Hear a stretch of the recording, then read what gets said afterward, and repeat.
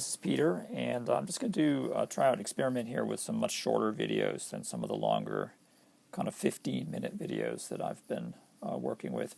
We're just going to take a couple minutes to look at this really nice piece of pastoral landscape done by Claude Lorrain, a French transplant to Italy. He lived actually for quite a long time and a very successful career in Rome.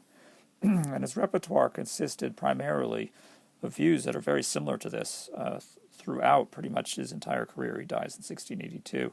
He makes these extraordinarily kind of relaxing and peaceful, tranquil pastoral vistas, sometimes featuring historical or mythological events, but in many cases being relatively devoid of subject matter. As we can see here, the title is generic, Landscape with Cattle and Peasants, and there are cattle on the left and there are peasants on the right.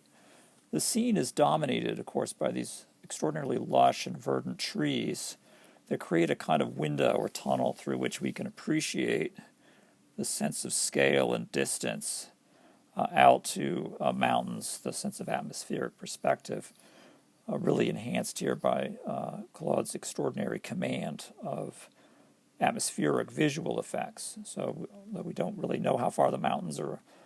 In real life, they seem to be kind of infinitely far away.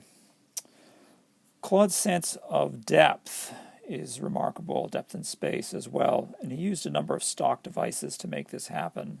Sorry about the bad pun with livestock, but these cattle form that kind of arrangement of foreground, really close here, and then middle ground, right here you can see the silhouette of the cattle against this riverbank, and then more of them crossing the river. So they're stock pastoral device, but also very effective kinds of guides to receding space without linear perspective or any kind of more mathematical modes of representation. Claude's, again, spatial effects are enhanced by these towering trees to either side of the landscape that create a kind of frame that, again, draws the eye into an infinite distance. Claude's style and techniques found a ready audience among a number of painters to the point where he felt it necessary to actually create a book that logged and recorded his paintings to make sure that forgers or imitators didn't sell work under his name. And he certainly found a ready market, and we see his collections, his painting in collections all across Europe in his own lifetime, and obviously today in major museums across the world.